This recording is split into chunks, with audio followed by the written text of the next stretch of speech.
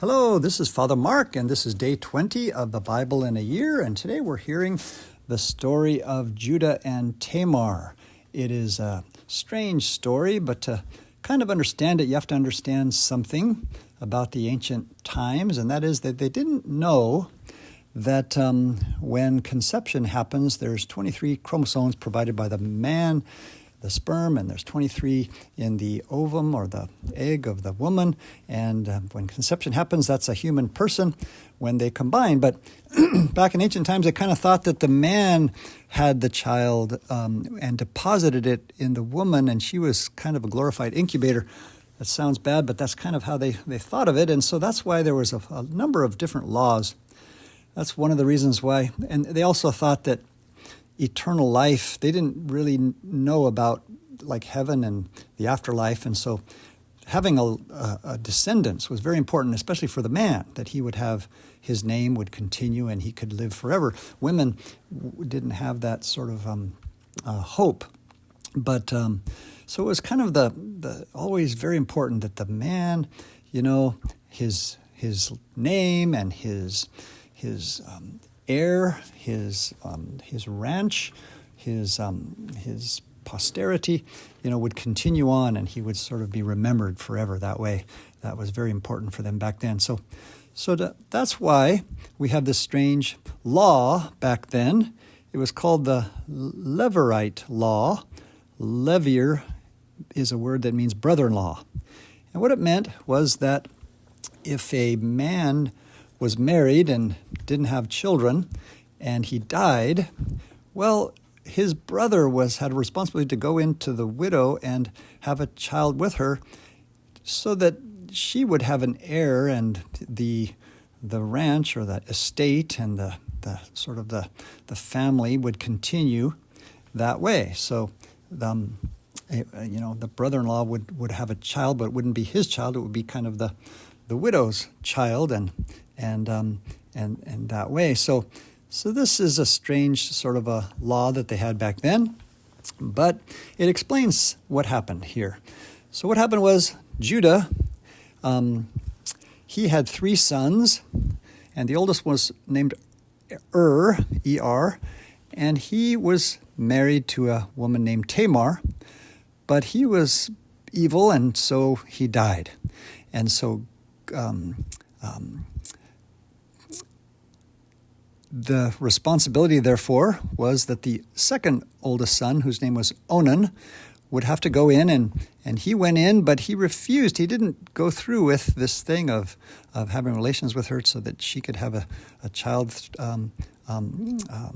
He didn't do that, and he, as it says, spilled his semen on the ground, and that's considered the sin now of onanism. It's coitus interruptus, or it's something that's, the Catholic Church does have rules about sexuality, and that it's always supposed to be within marriage and open to life, that sexual pleasure is very holy and sacred, and only within marriage, and if it's open to life, then it's like, it's divine, it's sacred, it's like God.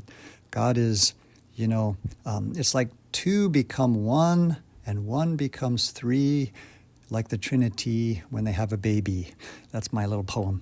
That it's a very sacred thing. But so Onan didn't respect that, and it was considered a sinful thing. And so what happened? Well, he died as well. Kind of maybe God allowed him to also die, this other brother. So there was a younger brother, but he was too young, and so Judah promised that when he grows up, he would be able to have relations with Tamar and have a child for her in honor of her deceased husband.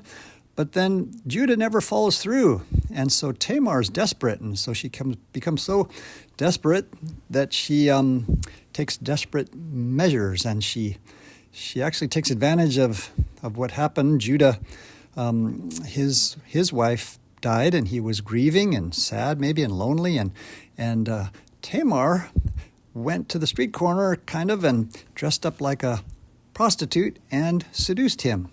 And kind of in the dark, he didn't recognize her, I guess, and all, and he didn't have anything to pay her with at that time, and so she asked for a pledge or something that he would give her to prove that he was going to pay her later. And she asked for your signet, your cord, and your staff. Now, a signet was like a sort of a seal, like a clay, like initials or something that they could use to stamp official documents. It'd be kind of like her asking, give me your driver's license and your credit card, kind of like your ID, something very valuable. And so he gave it to her. And then the next day he brought a goat that as in payment for the services that she provided. And so, but she wasn't around, and she kind of disappeared. And 3 months later, she appeared publicly and held up those items, the pledge, and she said, "By the man to whom these belong, I am with child."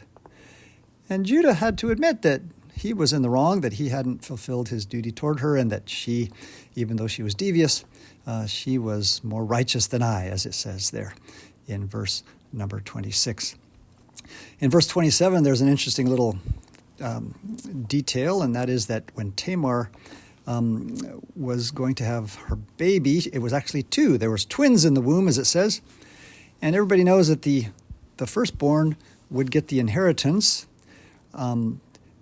but it kind of happens that one of the babies puts his arm out of the womb, and they tie a scarlet red string on the hand, and then it comes back. It drew back in to the womb, and the other baby came out first, and that baby was named Perez, which means breach, kind of a breech birth. And so this is a funny story, but it's very typical in the Old Testament. You've constantly got this theme that the older brother, who should get the inheritance, suffers. And that red cord maybe is a sign, too, of the fact that Jesus Christ is the older brother who is the firstborn of all creation, but he suffers, and we, the younger siblings, we get the inheritance in a beautiful way.